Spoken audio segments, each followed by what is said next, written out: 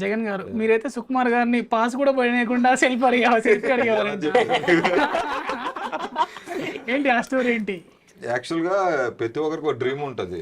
అంటే మనకు సినిమాకి వచ్చాక మనం ఈ డైరెక్షన్ లో చేయాలి లేదా ఇతనితో యాక్ట్ చేయాలి అని ఒక కొన్ని ఉంటాయి కదా.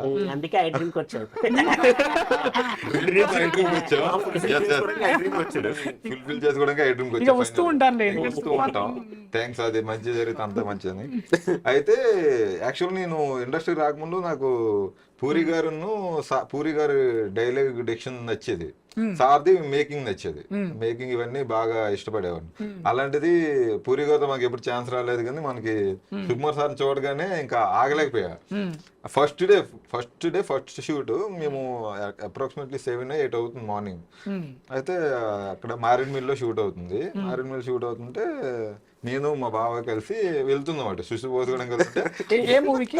ఈ మూవీ పుష్పనే పార్ట్ 1 జరిగింది లాక్డౌన్ టైంలో. అప్పుడు చాలా రిస్ట్రిక్షన్ కూడా ఉండే, మాస్క్ పెట్టుకొని అలా ఉండే.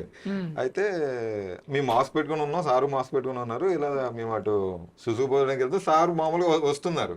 అంటే అడవి కదా కొంచెం అలా ఉంటే నేను అలా వెళ్తూ సార్ని చూసాను. వెనక సార్ ఉన్నారు. ఇంకా ఆగలిపోయి సార్ నమస్తే సార్ అంటే నమస్తే సార్ ఒక ఫోటో సార్ అన్నా. ఎవరు నువ్వు అన్నా, ఫస్ట్ డే కదా. ఎవరు నువ్వు అన్నాడు కదా. సార్ అదే హీరో బ్యాచ్ సార్ అంటే, అరే సినిమా మొత్తం ఉంటావు కదరా, ఇప్పుడే అడగలరా నువ్వు ఫోటో అన్నారు. అంటే అటు సైడ్ సార్ పోసుకోవచ్చా లేదా ఇప్పుడు ఫోటో ఇవ్వాలని అన్నారు. నిజంగా సెల్ఫీ అడిగే ప్లేసేనా అంటే మనోడికి అంటే నేను ఆగలేకపోతే మన గురువు గారు ఉన్నారంటే మనం ఆగలేం కదా. అడిగితే కాస్ట్యూమ్ తో ఉన్న సారు ఓకేరా తీసుకోరా, నువ్వు అసలు వదిలేలా లేవని చెప్పి వెంటనే నాకు కాస్ట్యూమ్ తో ఉన్నప్పుడే ఫోటో ఇచ్చారు.